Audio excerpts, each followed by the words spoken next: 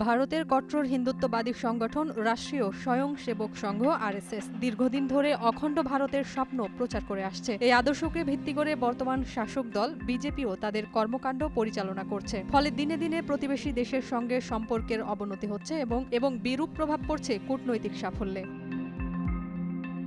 2023 সালের মে মাসে প্রধানমন্ত্রী নরেন্দ্র মোদী নতুন সংসদ ভবনের উদ্বোধনকালে অখণ্ড ভারতের মানচিত্র সহ একটি মুরাল উন্মোচন করেন। এতে ভারত ছাড়াও বাংলাদেশ, পাকিস্তান, নেপাল, শ্রীলঙ্কা, ভুটান, মিয়ানমার এবং আফগানিস্তানকে অন্তর্ভুক্ত দেখানো হয়। মুরালটি প্রকাশের পর পাকিস্তান ও নেপালের নেতারা তাৎক্ষণিকভাবে এর প্রতিবাদ করেন। শেখ হাসিনার নেতৃত্বাধীন তৎকালীন বাংলাদেশ সরকার প্রথমে নীরব থাকলেও অভ্যন্তরীণ চাপে পড়ে ভারতের কাছে আনুষ্ঠানিক ব্যাখ্যা চায়। ভারতের পররাষ্ট্র মন্ত্রণালয় তখন দাবি করে এটি সম্রাট অশোকের রাজত্বকালীন মানচিত্র। তবে বিজেপির নেতাদের টুইট ও বক্তব্যে স্পষ্ট বোঝা যায় এটি তাদের অখণ্ড ভারতের পরিকল্পনারই প্রতিফলন।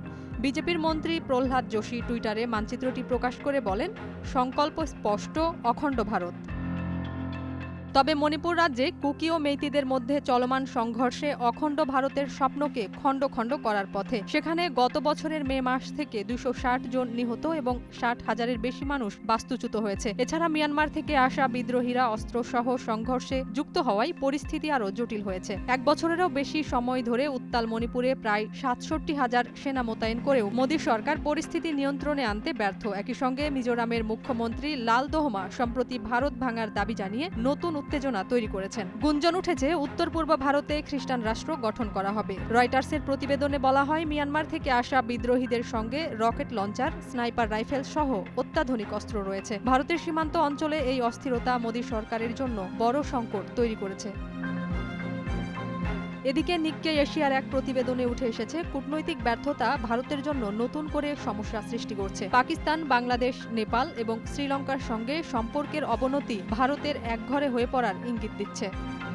2023 সালের জুনে সাবেক মার্কিন প্রেসিডেন্ট বারাক ওবামা ভারতের সংখ্যালঘুদের অধিকার নিয়ে উদ্বেগ প্রকাশ করে হুঁশিয়ারি দেন, সংখ্যালঘুদের অধিকার রক্ষায় ব্যর্থ হলে ভারত ভবিষ্যতে খণ্ড খণ্ড হতে পারে।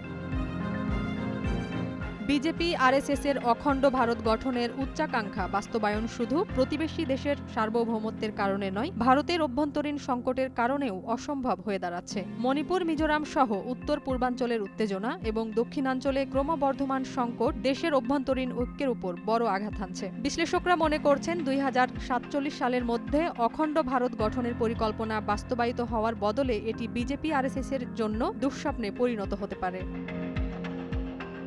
নাজিয়াত রুনা, নয়া দিগন্ত।